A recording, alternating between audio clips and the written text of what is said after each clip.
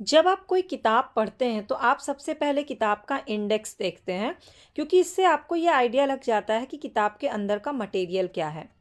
जैसे कि हमारे संविधान में जो लिखा हुआ है उसमें प्रस्तावना से हमारे संविधान का पूरा डिटेल पता चल जाता है। Hello students, welcome back to my class. और आज की क्लास है कंपनी लॉ के यूनिट 1 के बहुत ही इंपॉर्टेंट क्वेश्चन की, जिसको मैंने आपको एक छोटे से एग्जाम्पल के तौर पे शुरुआत की है।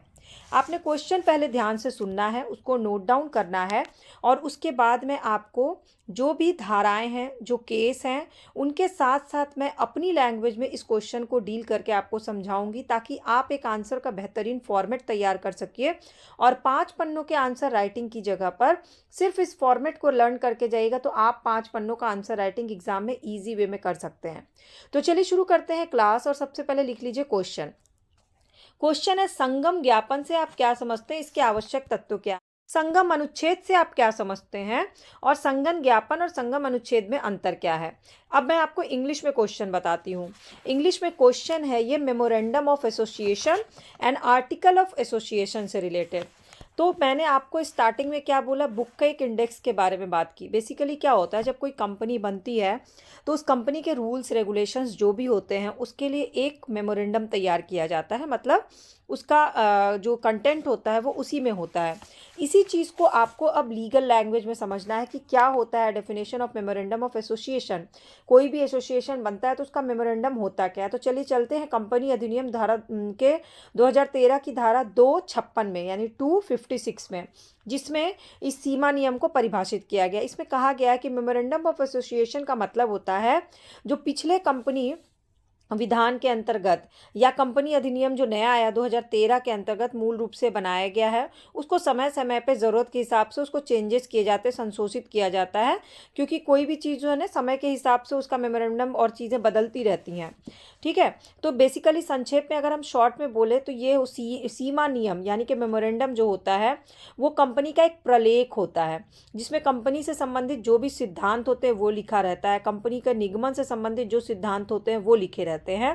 और इसमें एक डेफिनेशन है, एसबरी बनाम वॉटसन के मामले में न्यायालय ने कहा था कि मेमोरेंडम के 2 मेन उद्देश्य होते हैं। पहला, कि जो अन्य व्यक्ति हैं उनको कंपनी के अधिकार और कार्य सीमाओं से बताया जाए कि ये कंपनी इन इन क्षेत्र में काम करती है, इसकी कार्य सीमा ये है और आपको कंपनी की तरफ से ये अधिकार मिलते हैं।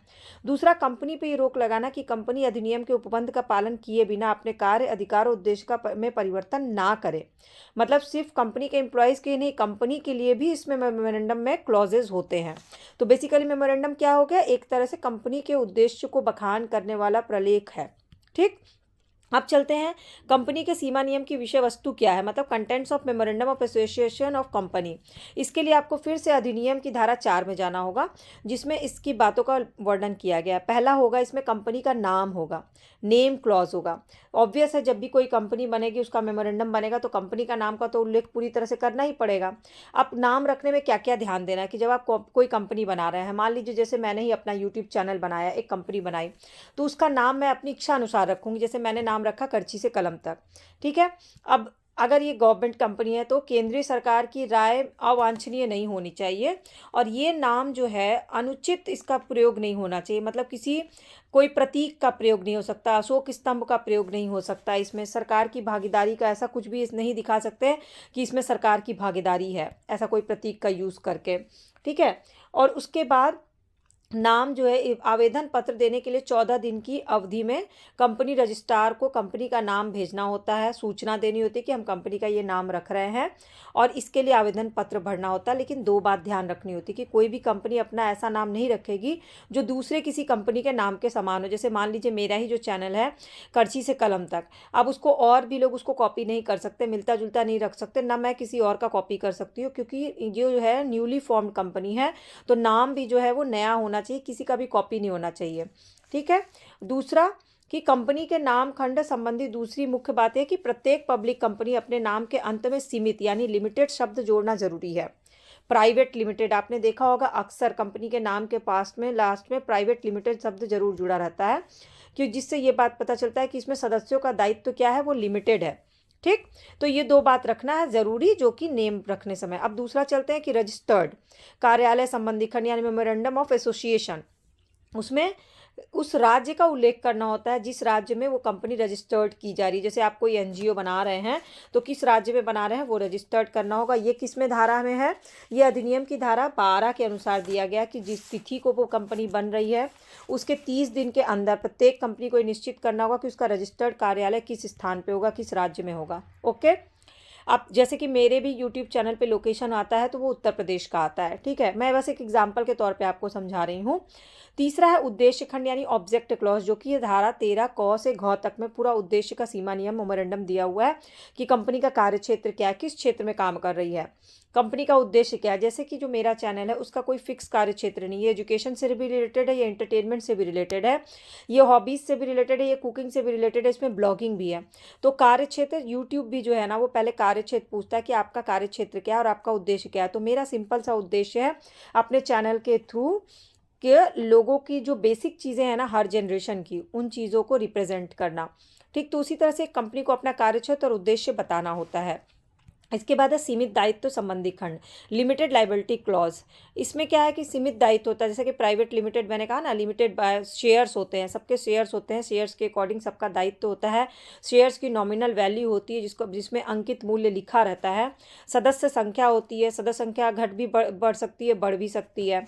इसके बाद है पूंजी खंड यानी कैपिटल क्लॉज, क्या कि जो मेमोरेंडम है उसमें ये लिखा रहता है कि कंपनी में कुल कितनी पूंजी है, उसमें कितने लोग हैं, अंशधारी किसने कितना % अंश दिया है, उन सबका नियम क्या है, सबकी इक्विटी क्या है, सबका प्रेफरेंसेस क्या है, और उसी हिसाब से उनको मतदान का अधिकार मिलता है। जिस हिसाब से उन्होंने पैसे दिए हुए इन्वेस्ट किए हुए उस हिसाब से उनको मतदान का अधिकार मिलता है।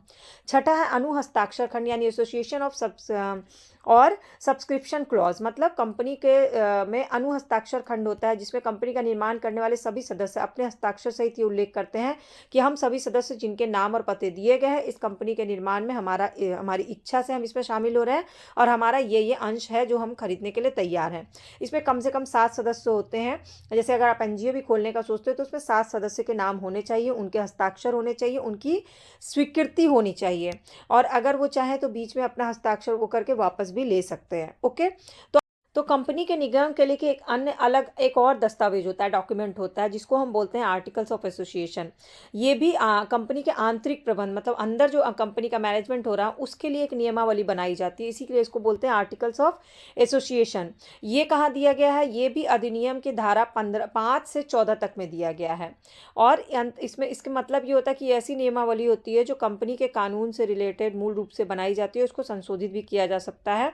धारा 10(1) में इसकी परिभाषा दी गई है कि अधिनियम में अन्य व्यवस्था ना हो तो कंपनी के सीमा नियम, अंतर नियम रजिस्ट्रेशन हो जाने के बाद जो बनाए जाते हैं वो सब क्या है, आर्टिकल ऑफ एसोसिएशन। इसमें आप लिख सकते हैं लॉर्ड क्रेयंस के अनुसार जो भी इसके वर्णन किया गया वो आप लिख सकते हैं। लॉर्ड क्रेयंस ने जो कहा है, बेसिकली ये कहा जाता है कि जो ये अंतर नियम है यानी आर्टिकल ऑफ एसोसिएशन है, ऐसे सभी नियम जो कंपनी अधिनियम के उपबंध का उल्लंघन करते हैं वॉइड होंगे और पूर्णतः अवैध माने जाएंगे। इस प्रकार कंपनी अपने अंतर नियम में ऐसी कोई व्यवस्था नहीं अपना सकती है जो किसी अन्य विधि का उल्लंघन करे। जैसे कि कंपनी अधिनियम 2013 की धारा 123 के अनुसार कोई भी कंपनी अर्जित लाभ, जो भी उसको लाभ हो रहा है, क्या लाभांश वितरित नहीं करेगी। अतः कोई भी कंपनी अपने अंतर नियम में ऐसा नियम नहीं बना सकती जिसके अंतर्गत बिना लाभ अर्जित किए अंशधारी को लाभांश वितरित किया। जब कंपनी को प्रॉफिट होगा ही नहीं तो कंपनी अंशधारियों को अपना लाभांश कैसे देगी। तो इसीलिए लाभांश तभी मिलेगा जब कंपनी को प्रॉफिट होगा। ये अंतर नियम आर्टिकल ऑफ एसोसिएशन में लिखा होता है। अब आर्टिकल ऑफ एसोसिएशन के कंटेंट क्या है, तो इसके लिए हम चलते हैं फिर से कंपनी अधिनियम 2013 में, और इसमें चलते हैं तालिका क के पूर्ण अथवा अंशतः अपवर्जन का उल्लेख है, एक्सक्लूजन ऑफ टेबल होली और इन पार्ट। दूसरे में दिया हुआ है प्राथमिक संविदाओं की अभिस्वीकृति यानी अप्रूवल ऑफ प्रीलिमिनरी कॉन्ट्रैक्ट। तीसरे में है पूंजी यानी कि कैपिटल। चौथे में अंश जो उनका शेयर है। पांचवें में है जो बोरोइंग पावर्स है यानी ऋण लेने की शक्ति, और छठे में मतदान का अधिकार या प्रॉक्सी करने का अधिकार। सातवां में है जो मीटिंग होती है उससे रिलेटेड बातें होती है, मतगणना कैसे होगी, उनका कार्य विवरण दिया जाता है।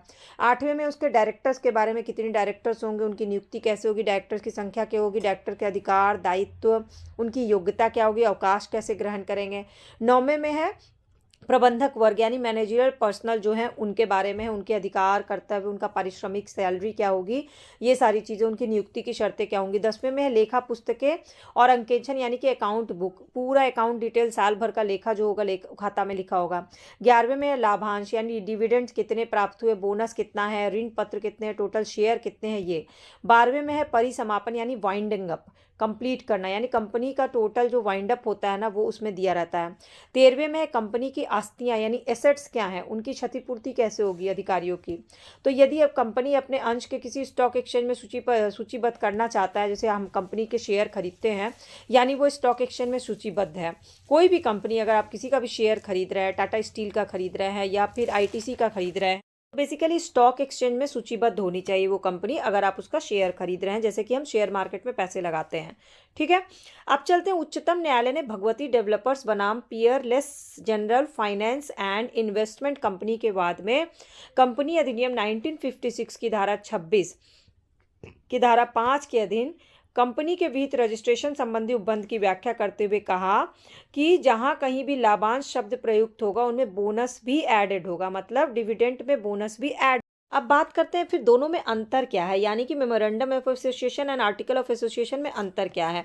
तो दोनों ही महत्वपूर्ण दस्तावेज हैं, किसी भी कंपनी के लिए दोनों की अहम भूमिका है, लेकिन दोनों में अंतर है उनकी विषय वस्तु का, उनके नियम और शर्त जो लिखी रहती है, दोनों में अलग अलग चीज़ें होती हैं। दूसरा उनके रिलेशनशिप का, मतलब संबंध का, उसमें व्यक्तियों के बीच का संबंध होता है और कंपनी और बाहरी व्यक्तियों के बीच का संबंध होता है। तीसरा अंतर है रजिस्ट्रेशन का प्रोसेस का, कि किसी भी संयुक्त कंपनी को अपने सीमा नियम के अलग से बना के पंजीकृत कराना होता है, जबकि लोक कंपनी में ऐसा नहीं होता है। चौथा होता है परिवर्तन यानी एलर्ट्रेशन का अंतर होता है। पांचवा होता है अधिकार कार्य यानी अल्ट्रा वायरस एक्ट का अंतर होता है, मतलब इनकी सीमाएं होती हैं हर दोनों ही मेमोरेंडम की और association of articles of association की। छठा होती है लिमिटेशन होती हैं, यानी कि दोनों की ही नियम की लिमिटेशन होती है। इस तरह से टोटल दोनों में कितना क्या अंतर है, 6 अंतर है, विषय वस्तु का, संबंध का, रजिस्ट्रीकरण का, परिवर्तन का, अधिकारातीत कार्य का और सीमाओं का। तो अब अगर आपसे कोई पूछेगा कि मेमोरेंडम ऑफ एसोसिएशन और आर्टिकल ऑफ एसोसिएशन क्या है, दोनों के एलिमेंट्स क्या हैं और दोनों में अंतर क्या है, तो आपको इसी फॉर्मेट पे लिखना है। ज़्यादा केसेस नहीं है, सिर्फ और सिर्फ आपको जो अधिनियम की धाराएं हैं ना वो आपको याद होनी चाहिए, जैसा कि मैंने आपको धाराओं के थ्रू आंसर लिखाया है। और सारे कीवर्ड्स याद होने चाहिए, जैसे कि मैंने आपको कीवर्ड्स बताया है, नाम शुरुआत में नाम संबंधी खंड, नेम और रजिस्टर्ड कार्यालय संबंधी खंड, इस तरह से मैंने कीवर्ड्स के साथ ही आपको आंसर याद कराया है। और कोशिश करिए कि अपने मन में एक किसी कंपनी को इमेजिन कर लीजिए, जैसे मैंने आपको अपने चैनल का एग्जांपल देके समझाया, और उसको समझते हुए कि पहले रजिस्ट्रेशन कराना है, आवेदन पत्र भरना है, 7 लोग होने चाहिए, सबका हस्ताक्षर होना चाहिए, ये सारी चीज़ें सोचते सोचते आप फॉलो करिएगा ना, तो आपको आंसर को रटना नहीं